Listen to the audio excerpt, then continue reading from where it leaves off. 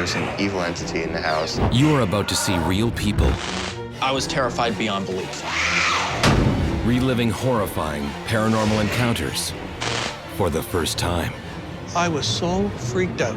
as they confront spirits that just won't leave. Like, I couldn't have moved if I tried. I was so scared. I buried this for nearly 30 years. Be prepared to be afraid.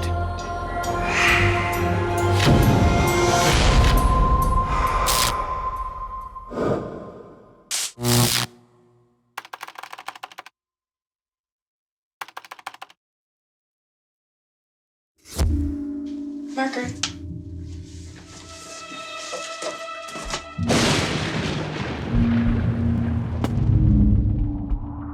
I was born and raised in Schenectady, New York. Lived there for 19 years of my life. Well, I grew up with my mom and dad, and about 4 years later, my younger brother Jeremy came into the picture. Jeremy and I were the typical brothers. Like any brothers, we always had our scuffles, of course.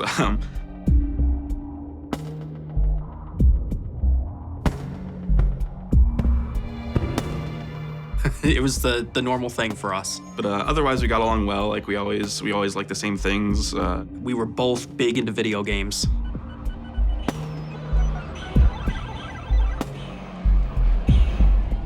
My childhood, I would describe it as, at the time, I would have described it as normal. And then I learned that it was anything but normal.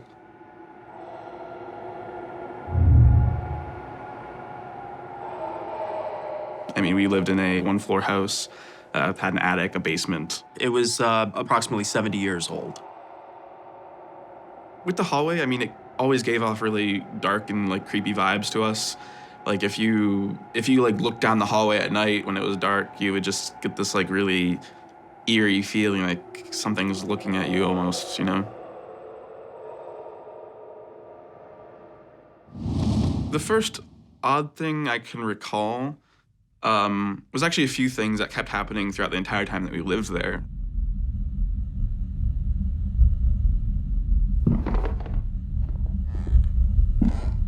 There'd be footsteps up in the attic. Like sometimes it sounded like it would come from down the hall. Like there'd be like a thing, like something walking down the hall, and then you'd hear it like run up into the attic and run across the house. They were smaller footsteps. It did not sound like a grown-up at all. It sounded more like a child rather than an adult. And all of a sudden I would just hear like a doot, doot, doot, doot, like in the back of the house.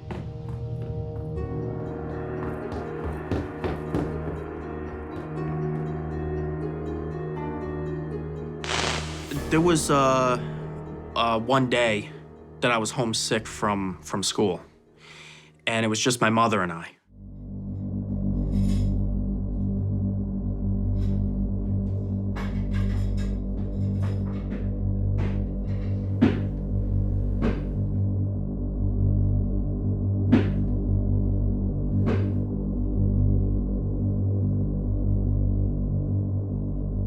We heard, it sounded like about 4 or 5 footsteps literally right above us.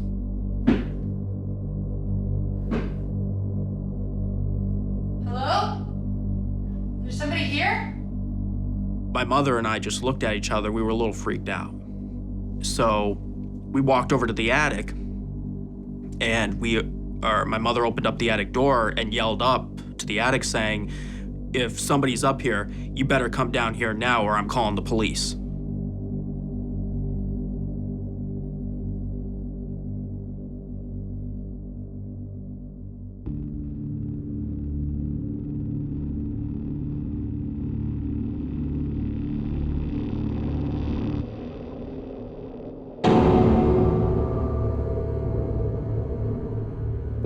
I saw a man had this stare of like, what are you doing up here? Get out of here. I didn't tell my mother. I couldn't. Already terrified after his encounter in the attic, John Griffin would soon find out that nowhere in his home was safe. There was an incident in our bedroom one night. I used to always throw blankets over our mirror, or over the mirror, because I used to always see like shadow figures walking around in our room, and I just didn't want to see it. There was just something about the mirror that was creeping me out. So I kept on throwing a blanket over it.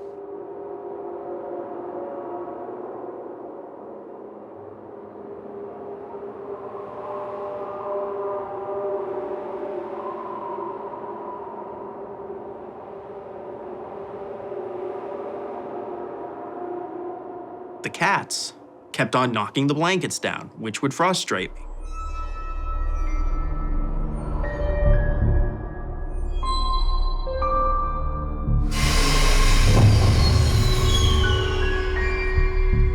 I saw this man looking at me through the mirror.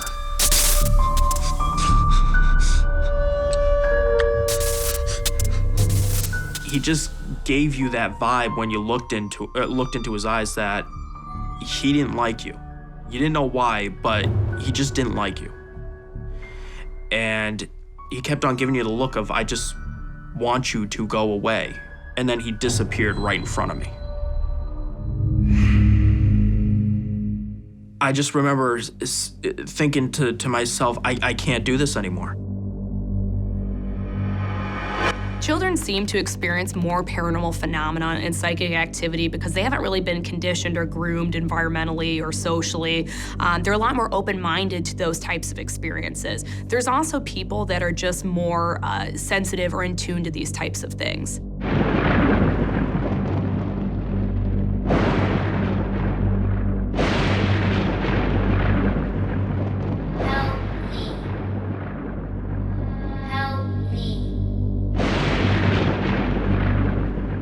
I remember hearing what sounded like a little girl's voice.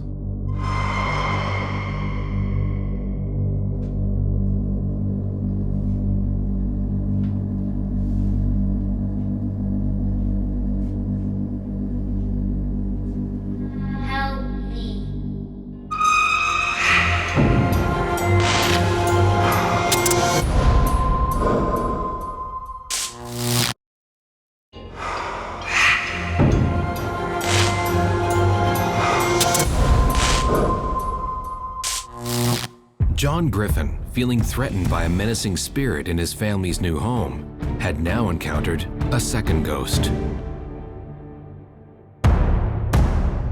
She seemed frightened and upset, and she was trying to kind of remain as quiet as possible.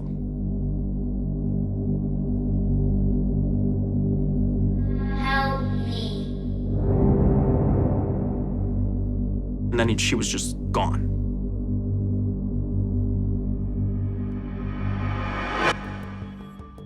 Soon after, John found that his younger brother Jeremy was also seeing things he couldn't explain. Jeremy told me about one experience he had in the living room. I was sleeping on the love seat that was right next to my parents' door.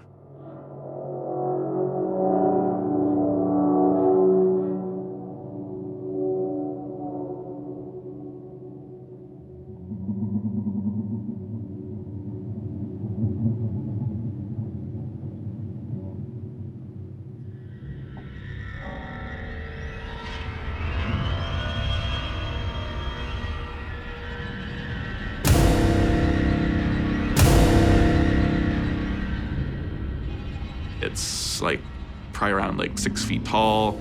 It's wearing like a camouflage outfit, camouflage hat, like, you know, like hunter camo, wielding a shotgun. And its face is just pure white eyes.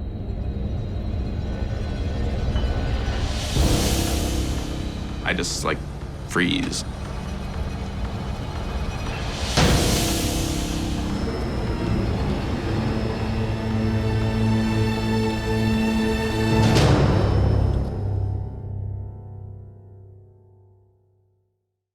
I remember waking up that morning and Jeremy was very quick to pull me aside and say, I saw him last night. And it's like, The guy from the hallway? Oh, yeah. He was dressed up in a hunter outfit. I'm like, okay, wait a second. We're talking about the same person, right? I was like, so he's coming in the living room now? I mean, that's my first thought. I'm sitting there going, he's coming into the living room now. I can't get away from this guy. I mean, after that, I definitely started believing more so in, spirits being in the house and haunting the house. Jeremy and I constantly worried about our own safety. We were wondering every night what was going to happen next.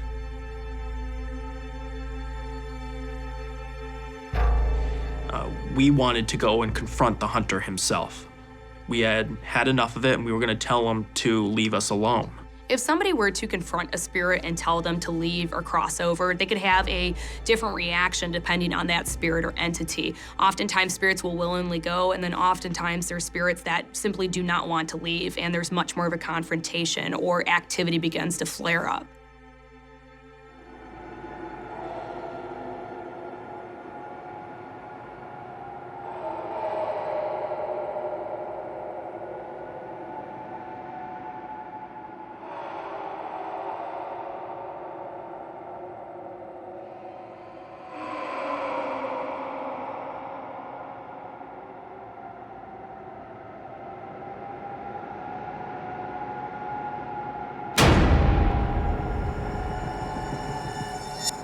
We told him that we're tired of him and that he is to stop bothering us. That didn't go over too well with him.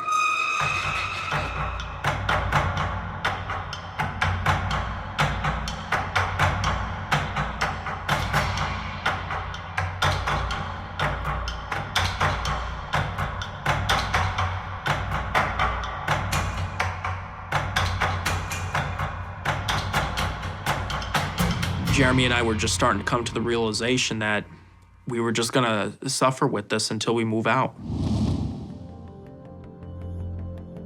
Fortunately, a few months later, the boy's father got a new job in a different town, and they were able to move.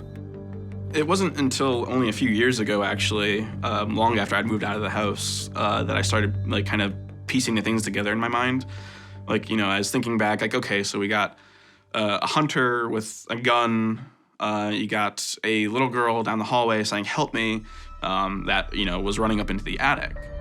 And so, I thought of these things, and I was like, okay, so these things actually kind of do seem to fit together a little bit. It makes me wonder, was he terrorizing a little girl?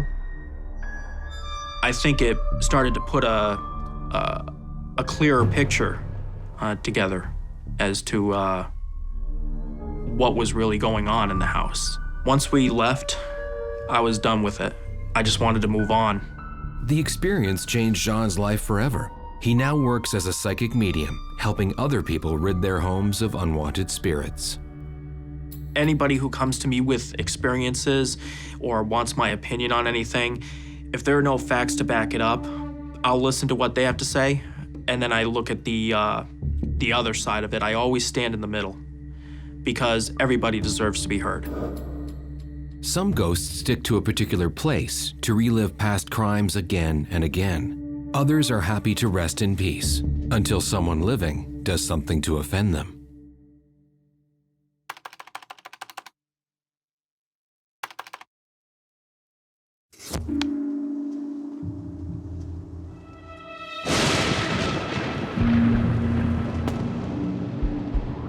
My wife and I were looking to move, and we wanted to buy an old century type home. And we found this beautiful old house in Aurora, built in 1915.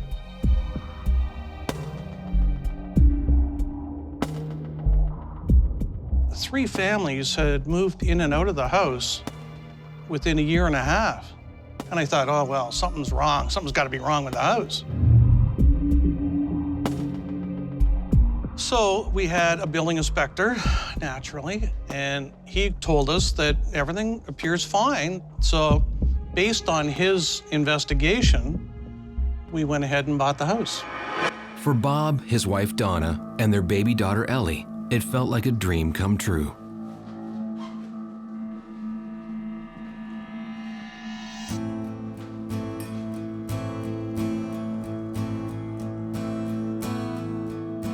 Well, this house was really, really nice.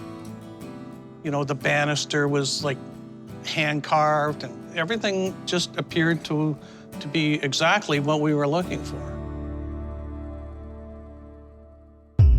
3 weeks after moving in, Bob made an unusual discovery.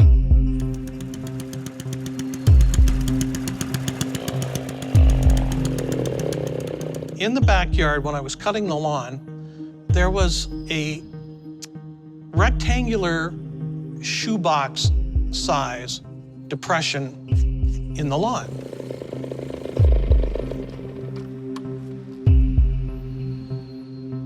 It was very precise, and it was about 2 inches deep.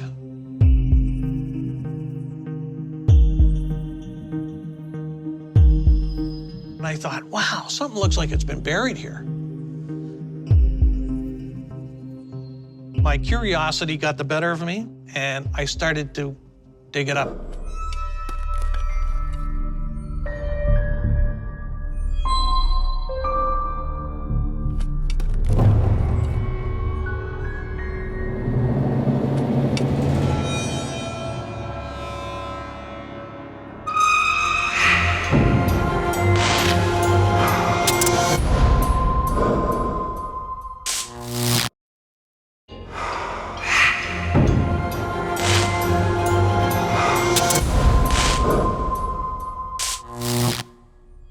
Bob Mowers had discovered an unusual depression in the lawn at his new home and decided to investigate.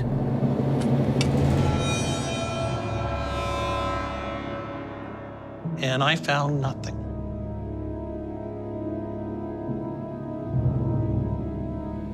And I thought something was buried here probably many years ago, and whatever it is has long since decayed, and there's nothing left.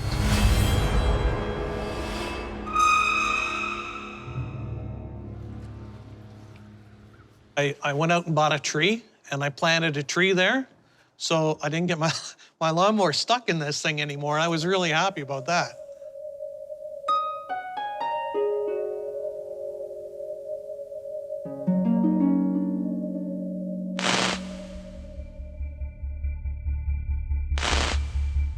I knew the house was fine and structurally sound, and there were no major problems, but I was still concerned about why people are moving in and out of there so quickly.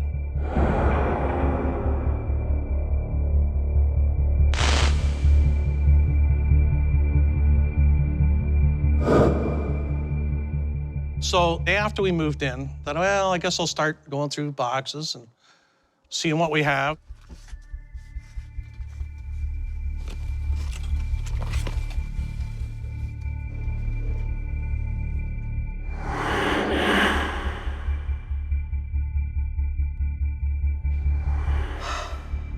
I felt somebody breathing on my neck on the left side. There was someone there. I was sure of it. I could actually feel them breathing.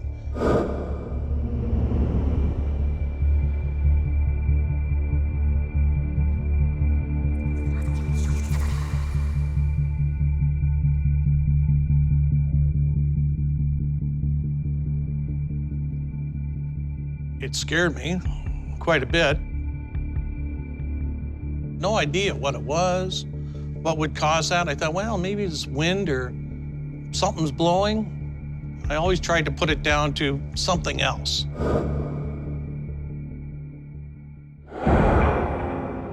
Bob's encounter in the attic turned out to be just the beginning. On the main floor was where the washroom was. Somebody in the hall behind me, outside the bathroom, walked by.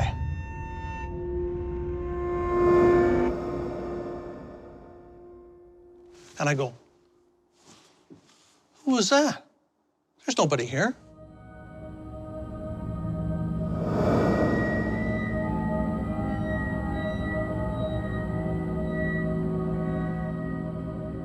It was a black figure. It was just a black figure. And it was fairly quick. So it was just like that, right? So you know you saw something, but you didn't see it long enough. to be able to focus on it. So I kind of shrugged that off too, thinking, oh, well, who knows what that is. I thought maybe it's a reflection.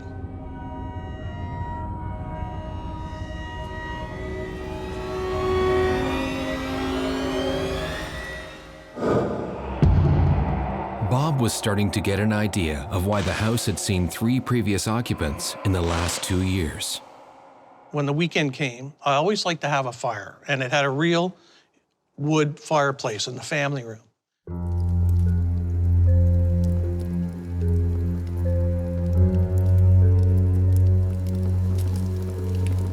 So Friday night I would get home, we'd have dinner, start the fire. I would usually be the last one up. My wife would go to bed, and when it was almost out, I would close the flue,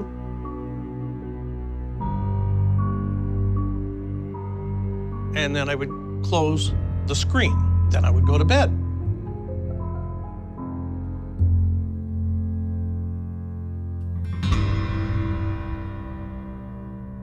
One morning I got up and I came down. I was the first one to come downstairs.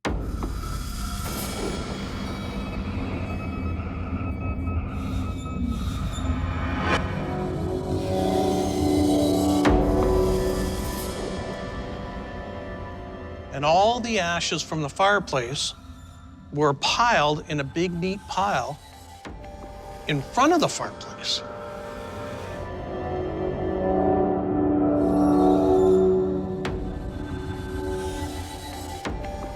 It was like a pyramid shape.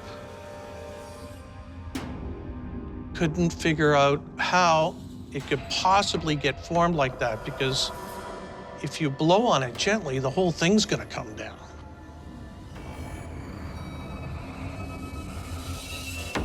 How could anyone possibly form ashes to sit like that? That really startled me and freaked me out. In order to get somebody's attention, sometimes spirits will actually manifest items or sculpt a certain object so that it can get the person's attention, so that therefore they can have help crossing over or just give the message that they're present in the household. I was in the kitchen washing dishes by myself in the house. Nobody else was there.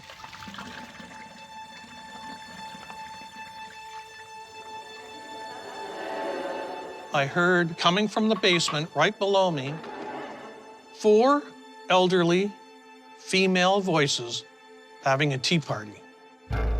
And I thought, this is one of these times where you really think you're losing your mind. And I did. I thought, okay, I gotta be going nuts. This can't be real. I was trying to listen to what they said, but I couldn't make out what they were saying. It was all gibberish. But there were definitely 4 elderly female voices. And I heard all the sounds clearly.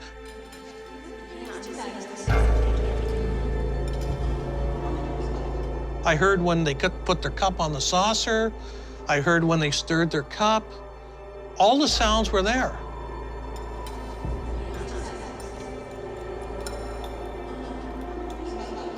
Okay, this is one of these times where I definitely think I'm losing my mind, because what I'm hearing cannot really be happening. Walk downstairs.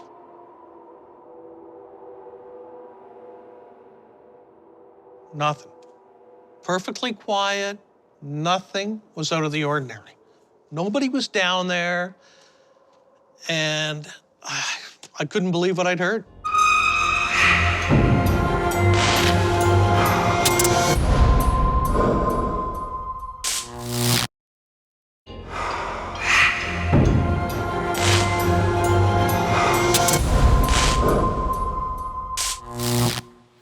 Bob had moved his family into their dream home. Everything just appeared to be exactly what we were looking for. But he was beginning to realize why several previous occupants had moved out so quickly. A series of bizarre incidents, including disembodied voices, cold breath on his neck, and weird supernatural displays had left him confused and afraid. We had a couple over, and we were all sitting in our family room, and he excused himself to go to the washroom.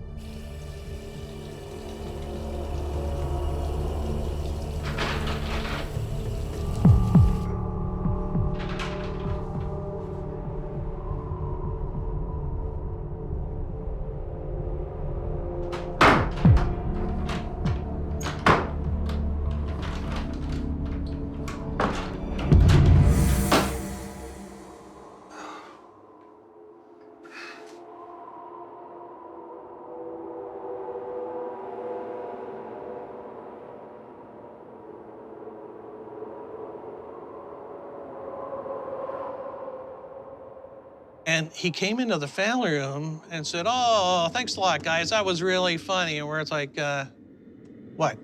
What are you talking about? "Oh, you know, you're pushing against the door. You know, that was really, really funny." And we said, "Well, all of us have been in here, since you guys got here, so I don't know what you're talking about." After Bob's guests left, he and his wife stayed up for a cup of coffee.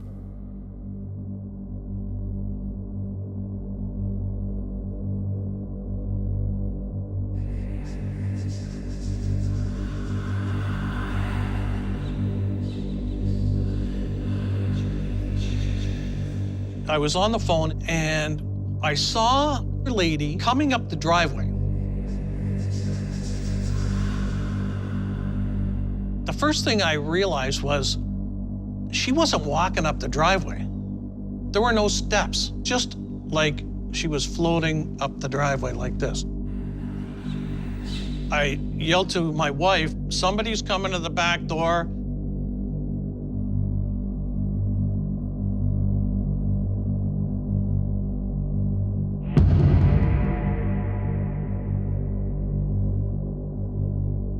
Nobody came to the door, so we both went outside. We're looking all over the yard. Never saw anybody.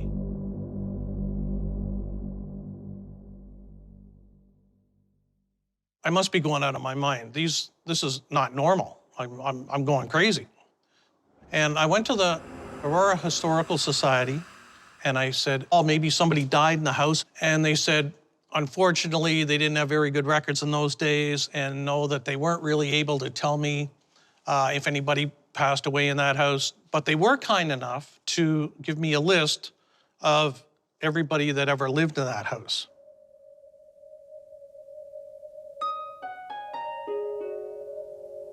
One day when I was out in the front yard and I was cutting the lawn, and a car pulled up, and a lady got out, and she told me her name, and she said, "I used to live here, and my husband and I moved out some 10 years ago." I said, "Would you like to come in and have a look around?" And she said, "Oh, that'd be great, thanks." So I took her in the house, and just before she left, we were in the front foyer, just inside the front door. And I said to her, "Before you leave, there's one question I would like to ask you." And she said to me, "You're gonna ask me if it's haunted." She said, "Did you ever hear about the old lady with the cats?" And she said, "Well, there was a lady that lived here. Her name was Miss Glover. She lived here by herself. She never married, but she loved cats. And during the course of her living there, that she had buried some of her cats in the yard."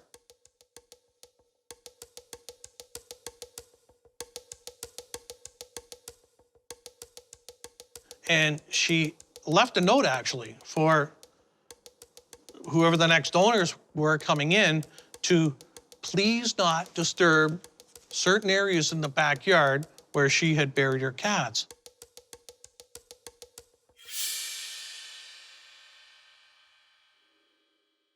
The first thing I thought of was, holy smokes, that thing that I ran over with my lawnmower, where I used to get the lawnmower stuck all the time, that was rectangular, shoebox size, with a depression in the grass about 2 inches. That must have been where she buried one of her cats. Now I got her upset with me. If a spirit feels that it has been disrespected or not honored properly, the spirit is known to actually come back and begin haunting the household. And when it came to showing how upset she was, the late Miss Glover was only getting started. My wife was out, and I was home by myself with my daughter, and I was up in her bedroom, rocking her to sleep. And everything was very quiet. And I had my daughter over my shoulder like this, and I was in the rocking chair just rocking her to sleep and, you know, kind of like singing a lullaby or something.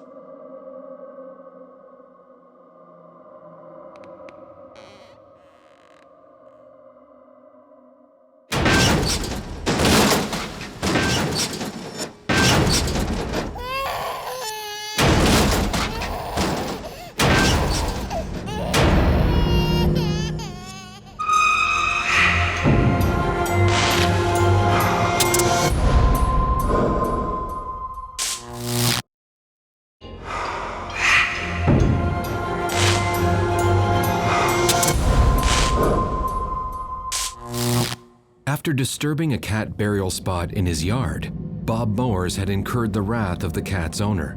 The only problem? She had been dead for years. The whole room was shaking, and I, again, thought I gotta be losing my mind. This can't really be happening. I was so freaked out, and I didn't know what to do. But I saw it, and I still remember it clearly, very vividly in my mind, clear as a bell. I'll never forget watching this happen, thinking, what could possibly be causing this? I was really, truly afraid in that house. For Bob, it was one incident too far, and he decided to put the house on the market. The people that bought our house had it exorcised, and they would go to every single room. They went to every bedroom, started praying and telling the spirit, you don't belong here. Go to the light, follow the light. Just when the minister and his wife were getting ready to leave, they all heard the same thing. She said, we all heard this loud female voice scream. And her minister said, that was her, she's gone. You won't have anything else. And she, ever since then, nothing's happened. Bob Mowers incurred the wrath of his home's former owner by disturbing her cat's grave. Territorial entities can stake a claim on a property for all sorts of reasons, and sometimes they need no reason at all.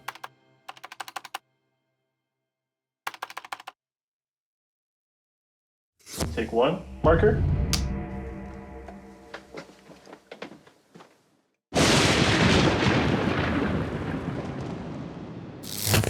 Five years ago, just came to a point in my life where it was time for me and my husband to separate. We both realized that it was the right thing to do.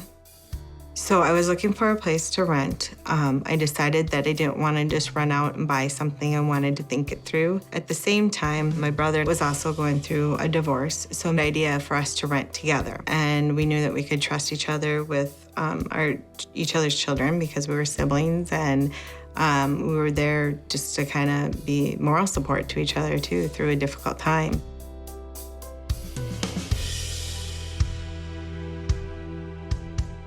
My main criteria was looking for a 4-bedroom townhouse. I found the townhouse that it was available. I went that day and put my money down on it.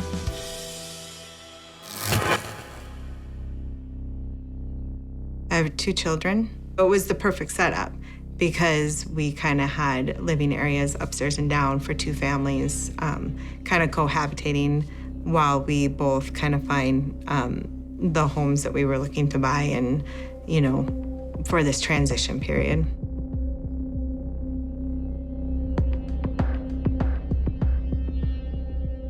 When we moved in, it just didn't feel like home. It had a cold feeling and not like a temperature-wise cold feeling. It just didn't feel homey.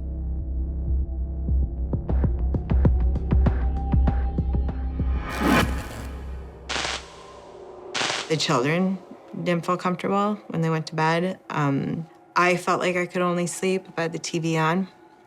You just never felt relaxed. It was an odd feeling, like someone was watching you.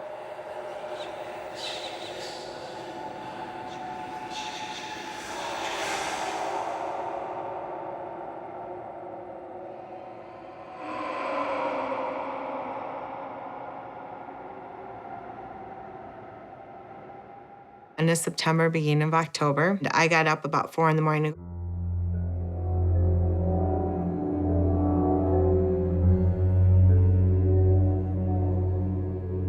And you could see the impression of somebody, like the comforter was down. And I knew I felt it, but there also was well, maybe it was a weird dream.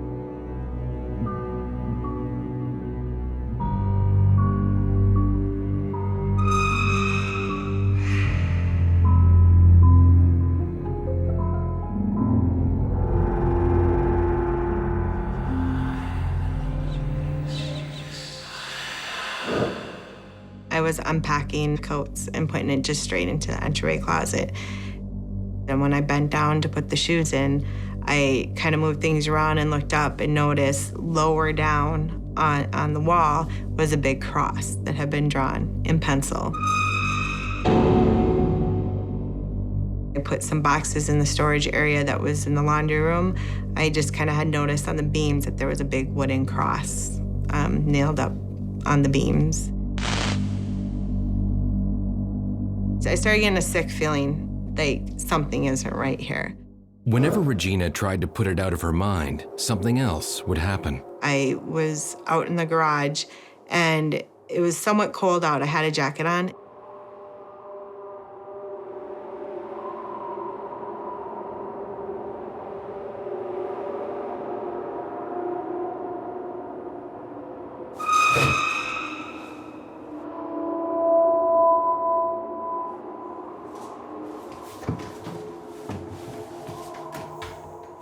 And it felt like someone very forcefully pulled my hair. I have never really experienced anything like that before. I knew I'd be moving out in the next couple months, so I just kind of wanted just to get out of there and not deal with it. But then the activity escalated.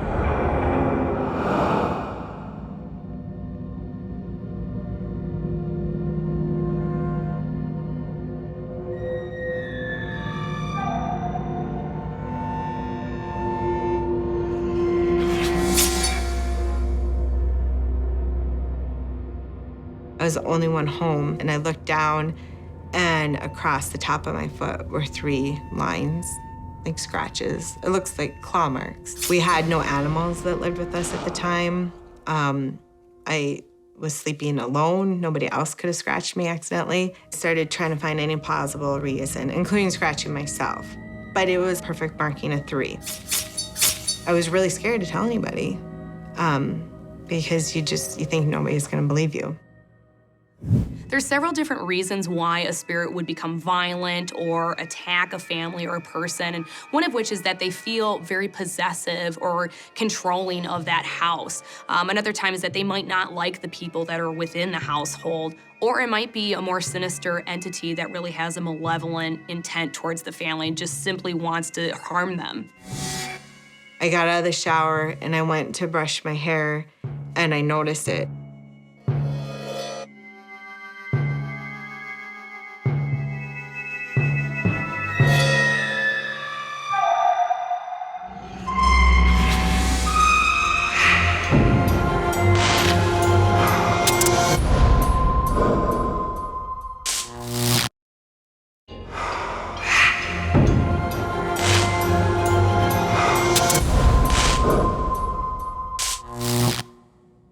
Regina Hughes thought she was imagining things in her newly rented home.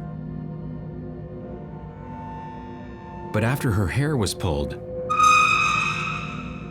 and scratches appeared on her body, skepticism had given way to genuine fear. I got out of the shower and I went to brush my hair, and I noticed it.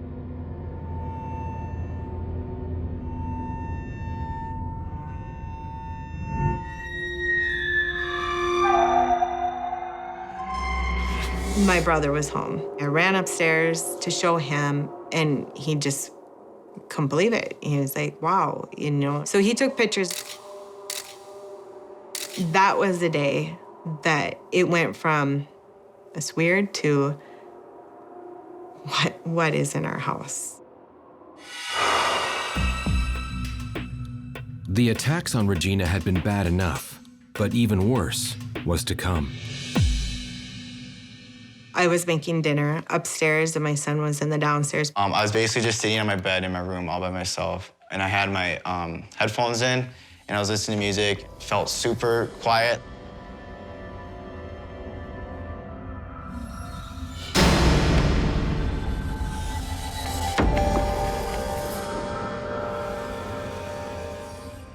Felt like somebody touched me, and then like a split second after that, it just got super freezing cold just on this leg, and like the weird tingly feeling, like almost like your leg fell asleep, but not, I don't really know how to describe it, but it was really scary.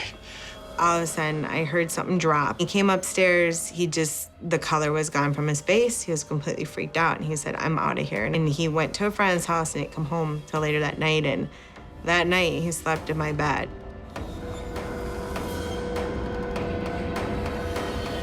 Could really tell he was scared. He didn't want to be there anymore. It was just weird feeling, bad feelings in the house, so. So at this time, I was just, I'm the mom, I'm the parent. What am I gonna do to take care of these kids and protect them? Because something's going on in this house. In theory, spirits are able to attack people by sort of coming into our plane of existence, our reality. They're able to transcend that veil between worlds, and it takes considerable energy for them to physically attack somebody. I didn't know where to go. I didn't know what to do. So I actually drove to our church. So when I went into the pastor's office and told him, I said, I know you're gonna think I'm crazy, but this is what's happening. And I showed him the couple pictures I had gotten on my cell phone. He said, I will come out and bless it once you're done. But I really don't feel safe or comfortable doing it until you have someone smudge your house. My name is Heidi Steffens, and I live in Minneapolis, Minnesota. I'm actually a paranormal energy consultant. Since I was a child, I've been able to see and communicate with spirits. Most of the cases that we've worked on over the years have been entities that are not wanted in the home. When things come in three, like the scratches did, and it's in a negative form, it's usually a mocking of the Holy Trinity, and that's of great concern to me, especially when children are involved.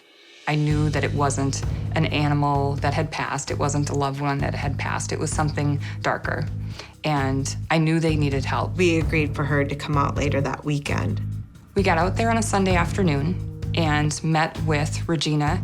I didn't know what to expect, and I was very relieved when I opened the door and saw a very lovely, normal person. So we decided to, start in the upstairs and work our way through the home from room to room, and then finish downstairs where we felt the energy was the strongest.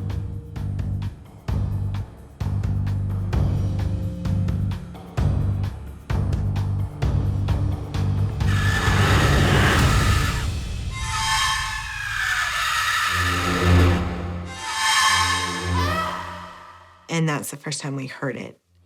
Like, I couldn't have moved if I tried. I was so scared. It was almost like shouting, loud talking, but you couldn't understand the words.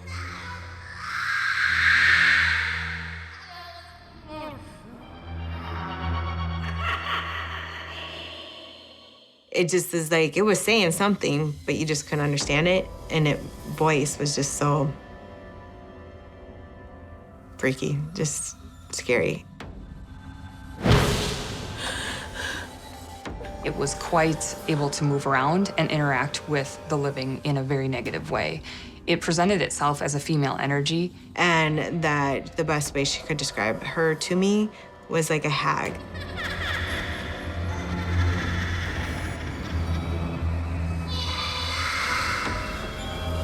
And so we just kept about our business, got a little bit louder, and finished it up.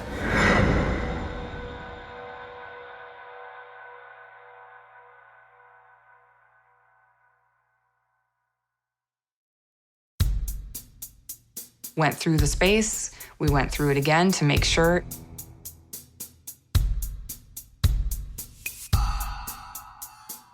It felt good. It did. It felt great. I would have slept there myself that night, and we knew that it felt very safe when we were done with the clearing. Regina Hughes' experience shows that even when unwanted entities are removed, the trauma of encountering them can remain for many, many years. So this really opened my eyes that there is negativity. I don't know if evil might be a little bit too strong of a word, but just that with the good comes the bad. There is dark things out there, and it's really scary. I, to this day, avoid driving by the road or driving on the road that goes by that townhouse. I don't like to think about it. It's something that I never want to experience again.